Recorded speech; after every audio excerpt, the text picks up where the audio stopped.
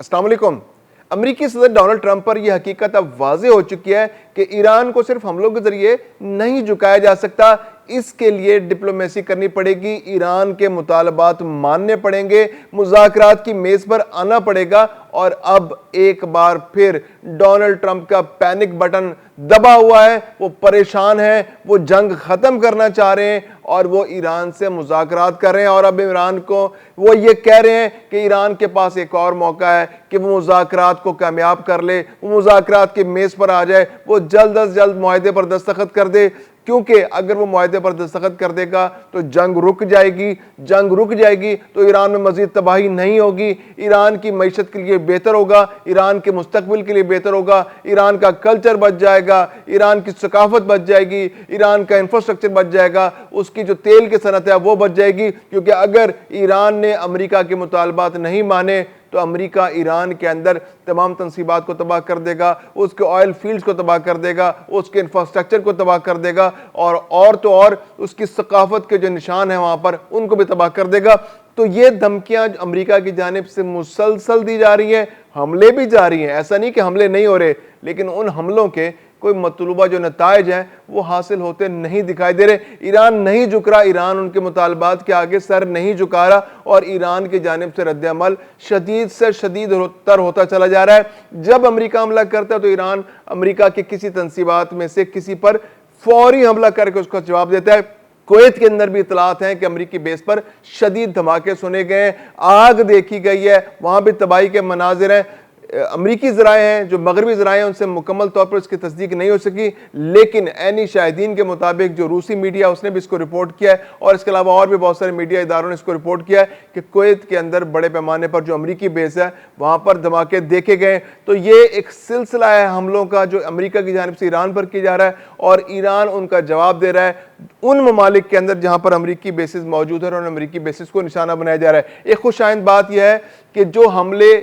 Air bases से अमरीकी basis से हटकर हो रहे थे उनका सिलसिला अब रुक गया है और उसका नतीजा पॉजिटिव वे में ये सामने आ रहा है कि जो अब मशरिक़ वस्ता के जो ममालिक हैं जैसे सऊदी अरब है, मुत्तहिदा अरब इमारात है, कतर है और जो बाकी ममालिक हैं वो अमेरिका पर अब दबाव डाल रहे हैं कि इस जंग को रोका जाए, इस जंग को बढ़ने से रोका जाए, क्योंकि इसके नुकसानात शदीद से शदीदतर होते चले जा रहे हैं। हमले जब ईरान से निकल कर जो अमरीकी बेसिस से बढ़कर होते हैं तो फिर उसको इन ममालिक को भी जवाब देना पड़ता है, क्योंकि ईरान जो है जब उस पर अमेरिका का दबाव बहुत ज़्यादा होता है तो फिर वो अपनी प्रॉक्सीज को भी एक्टिवेट कर देता है। हौसी बागी हैं और जो इराकी ग्रुप हैं वो भी एक्टिव हो जाते हैं और उसके बाद फिर इन कतर को, सऊदी अरब को और बाकी मुत्तहिदा अरब इमारात को ज़्यादा नुकसान उठाना पड़ता है। तो अब सिफारती सतह पर यह कोशिश की जा रही है कि किसी तरह इस मसले का फौरी तौर पर हल निकाला जाए, जंग को बंद किया जाए, मुज़ाकरात कामयाब हों। और उस सिलसिले में पेशरफ्त यही दिखाई दे रही है कि अमेरिका एक बार फिर ईरान को परसुएड कर रहा है कि वो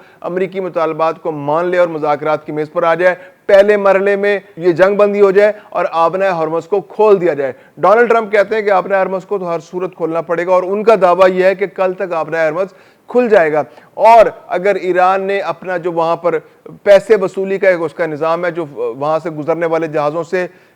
पैसा वसूल किया जाएगा, उनसे टैक्स लिया जाएगा, अगर ऐसा हुआ तो पहली सूरत तो यह है कि अमेरिका इसको किसी तरह कबूल नहीं करेगा। वहां पर बगैर किसी टैक्सेशन के आमदोरफ्त जारी रखी जाएगी, वहां से कोई जहाज किसी को कोई मुआवजा नहीं देगा, आबी गुजरगाह को इस्तेमाल करने के कोई रकम नहीं देगा। लेकिन अगर ईरान मुस्तकिल तौर पर इसरार करता है और ऐसे हालात पैदा हो जाते हैं कि ईरान वहां पर टैक्स वसूली शुरू कर देता है तो फिर अमेरिका भी वहां से टैक्स वसूल करेगा। ये एक अजीब व गरीब सूरत हाल है, या तो आप टैक्स नहीं देंगे, अगर ईरान लेगा तो हम भी लेंगे। तो अमेरिका की जो मंतक है बहुत निराली है और यहाँ पर सूरत हाल अगर ईरान इसरार करता है कि वो टैक्स वसूली करेगा तो इस पूरे खत्ते के लिए एक नया खतरा पैदा हो जाएगा कि ईरान तो टैक्स लेगा ही और वहाँ से गुजरने वाले जहाज़ों को अमेरिका को भी टैक्स देना पड़ेगा, क्योंकि वो जहाज़ जो अमेरिका टैक्स वसूली करेगा वो इसलिए वसूली करेगा कि वो ईरान से इन जहाज़ों को फिर पनाह देगा, इनकी सिक्योरिटी फराम करेगा और इनको वहाँ से गुजरने में सहूलत फराम करेगा। तो ये बहुत कॉम्प्लिकेटेड सिचुएशन इन खलीजी ममालिक के लिए पैदा होगी, इसलिए खलीजी ममालिक भी इसरार कर रहे हैं कि इस जंग से जान छुड़ाई जाए। ये गैर ज़रूरी जंग है, ये बिला जवाब जंग है। इस जंग की वजह से खित्ते का अमन भी तबाह हुआ है, तजारत भी तबाह हुई है और दुनिया भर में तेल की कीमतें बढ़ गई हैं और इस इलाके में रहने वाले ममालिक और यहाँ पर जो बसने वाले लोग हैं उनके लिए दायरा जो उनके लिए ज़िंदगी बहुत ज़्यादा मुश्किल हो चुकी है। तो इस जंग को फौरी तौर पर रोका जाए। अब दूसरी जानिब ईरान ने भी बड़ा शदीद रद्द अमल दिया। उसने कहा जी कि अगर आप हमारे मामलात में मुदाखलत करेंगे, अगर आप आबना हरमस को की नाकाबंदी ख़त्म नहीं करेंगे, अगर आप आबना हरमस के अंदर अपने जंगी जहाज़ उतारेंगे तो कोई जहाज़ भी महफूज नहीं रहेगा। अगर ईरान पर दबाव डालकर अमेरिका नाकाबंदी जारी रखता है तो एक तो अमेरिका अपने वहाँ पर फौजी जंगी जहाज़ उतारेगा तो फौजी बहरी जंगी जहाज़ जो हैं वो तबाह हो जाएंगे, उनको तबाह कर दिया जाएगा। इसके अलावा कोई भी इत्तेहादी अगर अपने बहरी जंगी जहाज़ अमेरिका के साथ वहाँ पर उतारेगा तो उनको भी तबाह कर दिया जाएगा, उनके लिए कोई सूरत नहीं होगी। और फिर ये कि अमेरिका या और उसके जो इत्तेहादी हैं अगर वो ईरान की मर्ज़ी के बग़ैर वहाँ पर अगर अपने तजारती जहाज़ ईरान की मर्ज़ी के बग़ैर वहाँ से गुजारेंगे तो उनको भी गुजरने की इजाज़त नहीं दी जाएगी अगर नाकाबंदी इस तरह जारी रहती है। और इसके अलावा अगर अमेरिका को शौक़ है कि वो वहाँ पर अपनी ज़मीनी फ़ौज उतारना चाह रहा है तो वही शौक़ भी पूरा कर ले। उसके लिए ईरानी फ़ौजें तैयार बैठी हैं और ईरान की सरज़मीन पर अगर किसी तरह भी कोई फ़ौजी उतरता है तो वो फिर जिंदा जब बच के जाना उसका मुश्किल होगा, क्योंकि ईरान के जो सुप्रीम कमांडर हैं उनके जो मुशीर हैं मोहसिन रज़ाई, उन्होंने इस बारे में बड़ा कैटेगोरिकली कहा है कि ईरान के पास पूरी सलाहियत मौजूद है और ईरान बड़ा डिटर्मिंड है कि वो अपनी सरजमीन के एक एक इंच के दिफा के लिए हर मुमकिन कोशिश करेगा। अगर अमेरिका अपनी फ़ौज ईरान के सरजमीन पर उतारता है तो फिर अमेरिकी फ़ौजियों का बचना मुश्किल है। ईरान अपने दिफा के लिए हर मुमकिन हद तक जाने को तैयार है। अपने हरमस का भी हर सूरत दिफा किया जाएगा, अपने हरमस से गुजरने वाले जहाज़ों को भी दिफा किया जाएगा और अगर मुखालिफ जहाज़ आएंगे तो उनको हर सूरत तबाह किया जाएगा। अच्छा, इसके अलावा जो ईरानी सदर हैं उन्होंने भी ज़रा डिप्लोमेटिकली बात की। उन्होंने कहा जी कि हम तो चाहते हैं, मुज़ाकरात करना चाहते हैं, अगर ये मुज़ाकरात जारी रहते हैं तो फिर हम इसमें से कोई नतीजा निकालने की उम्मीद कर सकते हैं। लेकिन अमेरिका जो है वो ज़्यादा इस वक्त जो है परेशान दिखाई दे रहा है, वो ज़्यादा पैनिक हो रहा है और अमेरिका चाह रहा है कि फौरी तौर पर मुज़ाकरात हों,